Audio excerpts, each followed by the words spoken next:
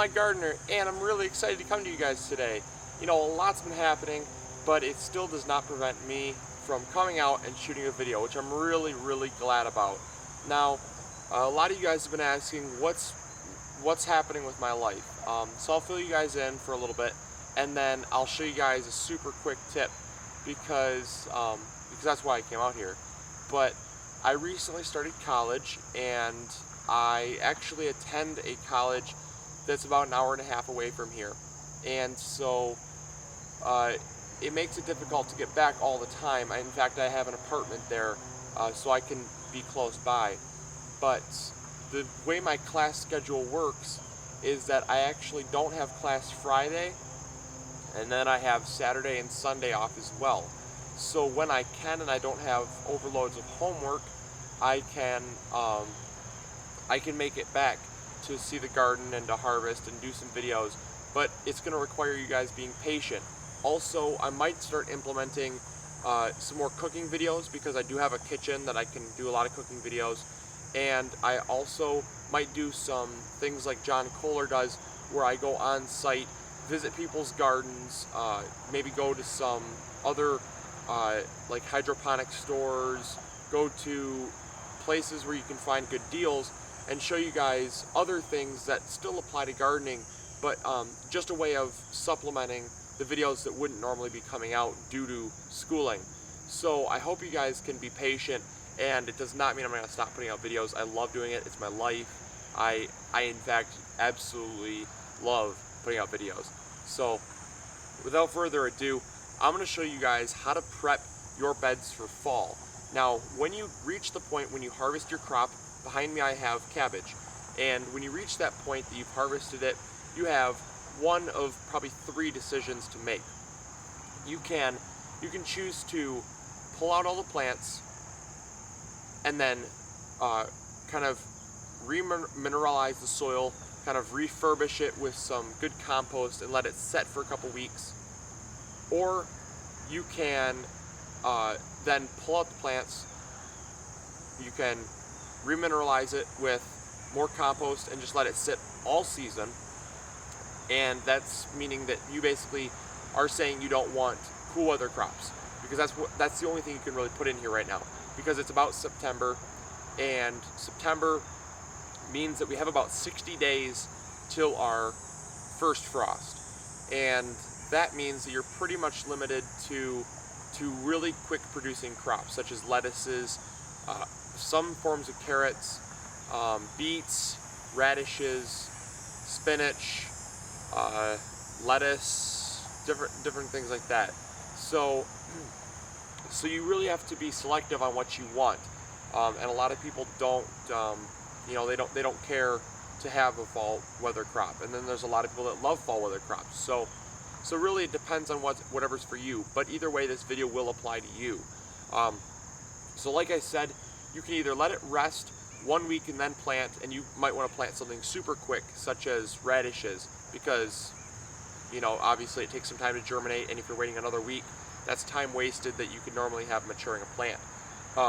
So what you can do is just remineralize the soil and then plant a plant that does not require a whole lot of nutrients to grow, such as kale. I'll be planting lettuce and kale because it's pretty much a plant and leaf type plant. It's fairly dependable on itself.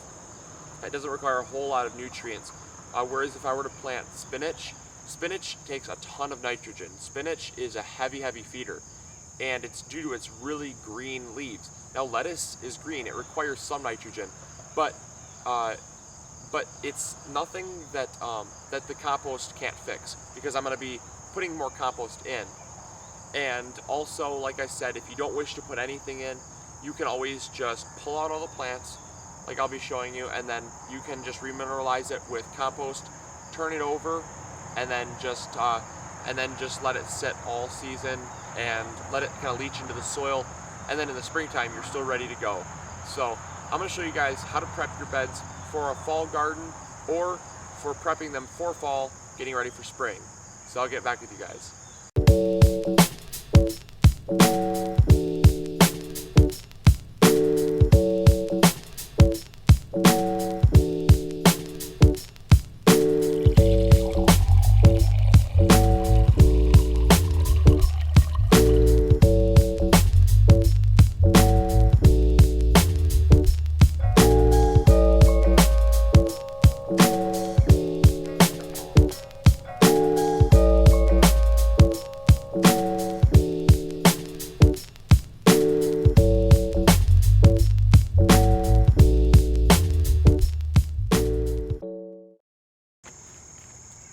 fresh compost.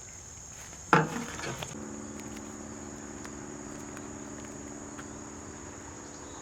now I'm just going to dump some of this fresh compost right into the bed.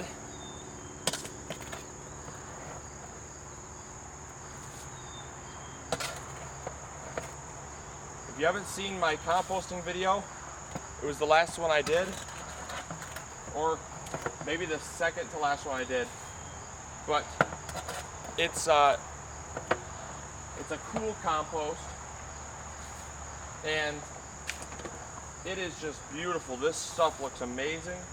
It's all really loose. There's not a whole lot of big chunks of anything, and if there is, it's pretty much just going to get broken down by worms and stuff in the garden, so I'm not too concerned. And the amount of worms in this compost that I'm seeing as I'm scooping this out is just insane. I mean, I've never seen this many worms before in a compost. It's like every scoop I'll get like 5 or 6, and they're big and juicy worms too. So now they're going to be in the soil, and they're going to be helping to further compost any remaining humus. So as is, you can actually just leave this, and over the course of winter, it's naturally going to just settle in. So if you choose to use this method of just putting down compost and letting it settle into the ground, and you're not planning on planting anything, you can stop right here, and this stuff will be good for you. But you can also use the second method, which is you can choose to lay this compost down, and you can wait 1 to 2 weeks, let it rest the soil a little bit, give it a chance to rejuvenate, and that's also an option. You can stop right there. However, I'm going to choose the method of just planting immediately right into the compost after I mix it all up. So the next step, if you're planning on doing what I'm doing, is you're going to want to turn the compost into the original soil. Just stick it in and flip it.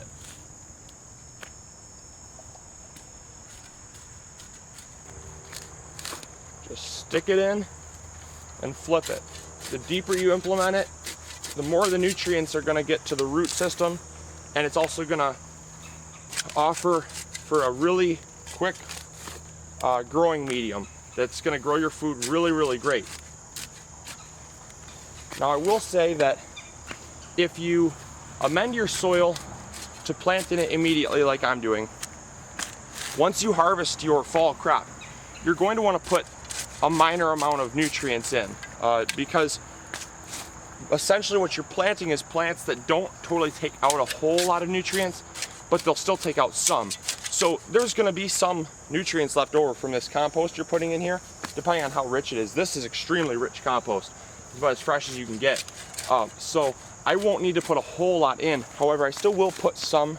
I will put some more compost in, or I'll put in some like green sand, just some stuff to remineralize the soil, and I'll also probably put in some composted horse manure or something, whatever I can have on hand, really, just to really give it 100% growing potential for the next season. And that's really important, because a lot of people don't realize how much their plants take out from the soil, and it equals really poor yields the next year, and then you also get yellowing of leaves and weak immune systems, and your plants just are not healthy. So if you make it a practice to always re-amend your soil, there should be no problem with you having amazing results like I have had for the past couple years. And just break it up, make the soil nice and loose. Roots don't want to hit concrete. They want to be able to go through no problem. So I'm going to finish up this bed and then we'll get to planting. So now once you've turned over your soil and you've implemented the compost into the soil, you're going to want to choose your plants. Now, I am given a little bit more leeway because I'm planting directly the day I amend. I'm not choosing to let the soil rest because I added a really high nutrient compost, which allows me to do that. So I can afford anything from 50 to 60 days, assuming 31 days in each month, and the fact that it's almost September.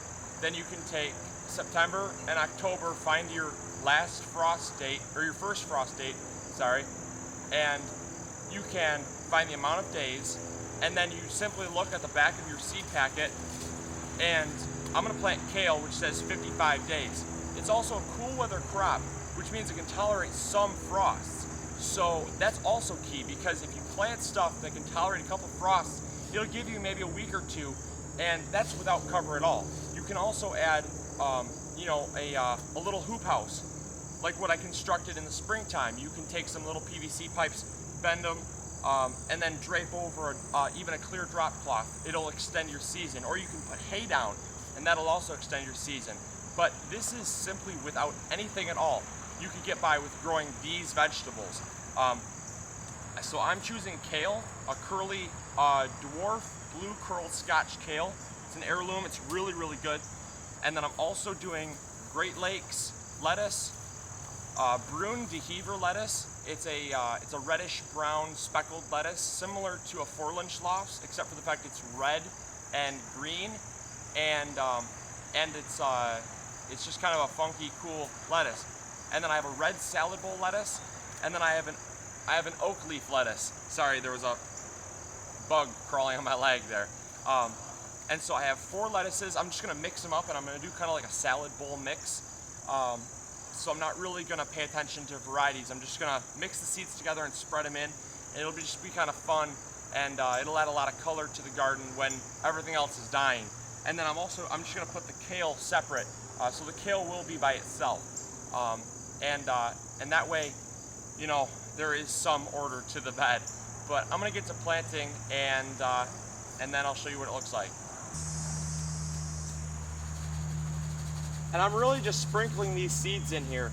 I'm not paying too much attention to spacing, because number one, I'll thin them if they get really close, and number two, this is for a really quick harvest that I can harvest at any time. So regardless of the size they get, I don't care if they get to full maturity, because I'm going to be harvesting them anyways throughout the season.